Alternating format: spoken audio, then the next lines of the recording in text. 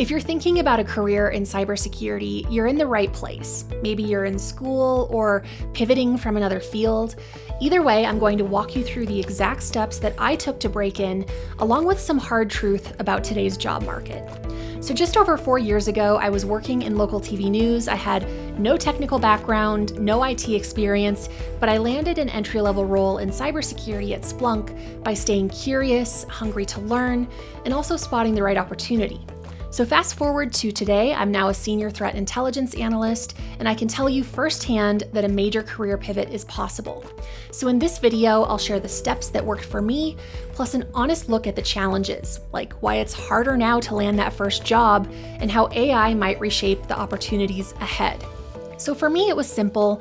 I wanted work that interested me, financial stability, and a better schedule because I was working overnights as a news producer and was really struggling with that schedule when a friend suggested cybersecurity. And honestly, the idea of working in tech had never crossed my mind, but my friend convinced me to take a serious look. And that's really the first step. Identify what you really want out of life and then find a career path that aligns with it.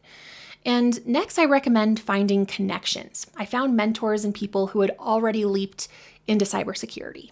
And my friend who first brought up the idea of a career change actually went from Army mechanic to working in offensive security as a pen tester.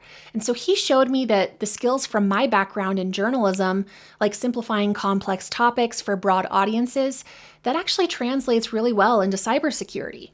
And I learned quickly that curiosity, adaptability, and communication matter in cyber just as much as technical skills. So what does this mean for you? If you don't know anyone in the field yet, you can still build connections, join online groups, attend conferences, ask for mentorship. Networking was a game changer for me. It even led to some job referrals. So if you're looking for a place to start, check the description of this video for some helpful resources. And I'd love for others to share what's worked for them too in the comments.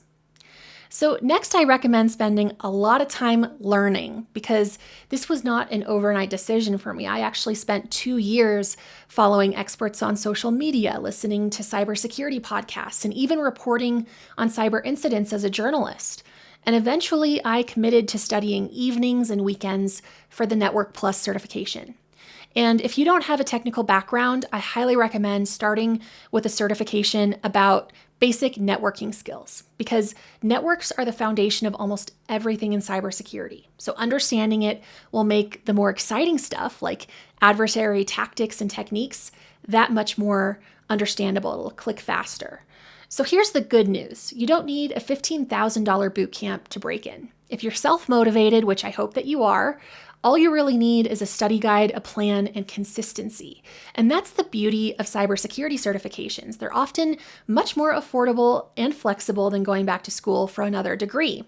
Plus, this field changes so fast that if you commit to learning in one area, you can build solid expertise in just a few years, which is enough to stand out and contribute meaningfully.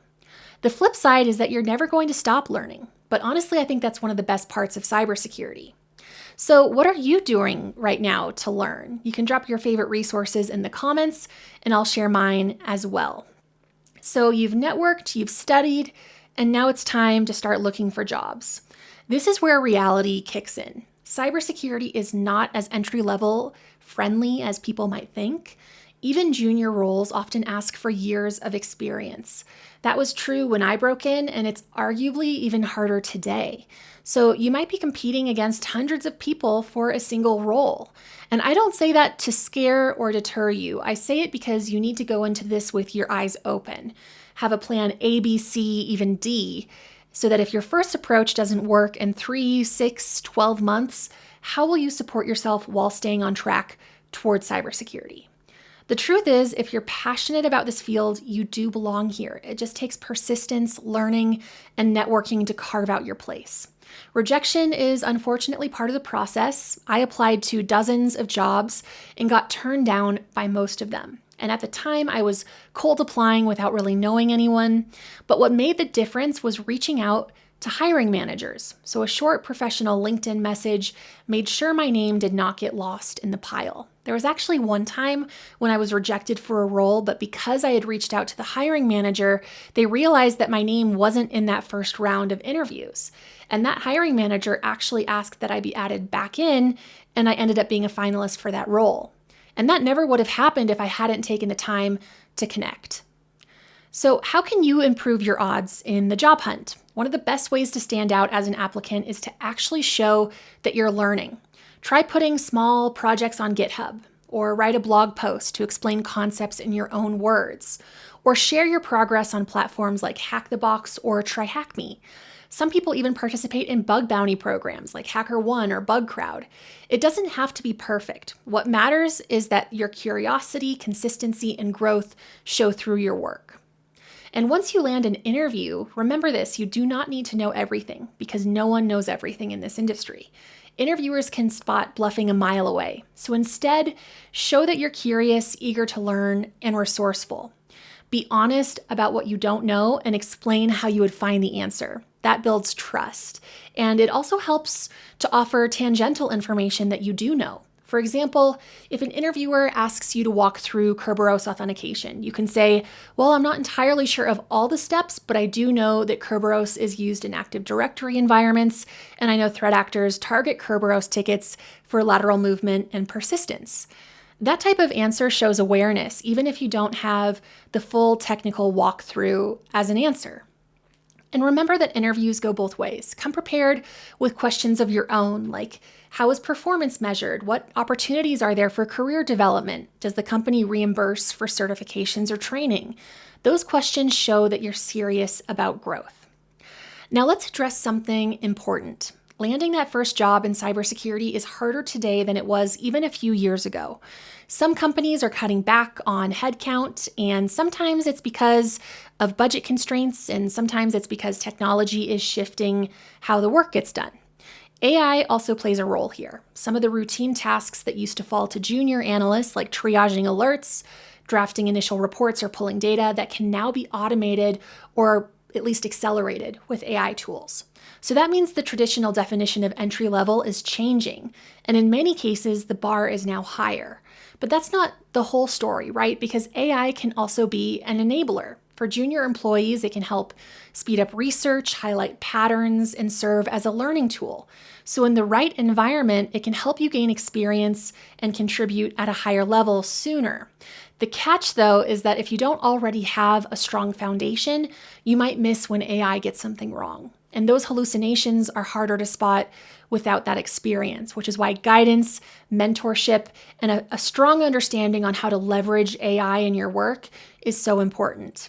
And the key is that AI doesn't remove the need for human judgment or creativity or context. Cybersecurity is really about understanding adversaries, risk, and human behavior. And those are areas where human analysts are essential. So AI might raise the bar, but it also raises the ceiling. So if you're willing to keep learning, you can carve out opportunities that didn't even exist a few years ago. Cisco Foundation AI recently launched a blog series called AI for Humans that breaks down everything a junior analyst needs to know about leveraging AI for cybersecurity.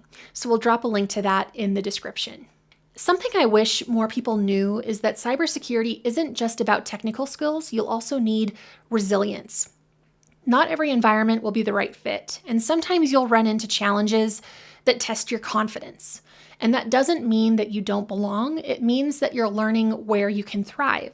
Because the most successful people in this industry aren't just the technical experts. They're the ones who stay curious, adapt, and keep pushing forward even when the path isn't smooth. So you might encounter dismissive attitudes or experience bias along the way, but success often comes down to grit and persistence, even when others doubt your abilities. So don't lose your curiosity, keep asking questions. It's one of the most powerful tools you have. Some environments reward it, others resist it, and the skill is learning how to keep that curiosity alive anyway. So breaking into cybersecurity isn't easy. It takes persistence and a willingness to start small and keep learning. So keep going, build your network, stay curious and adaptable, and remember that cybersecurity needs people who think differently, and that could be you. If this video helped you, Hit like so that more people can find it, subscribe if you want more content like this, and drop a comment with your own cybersecurity journey. I'd love to hear about your stories.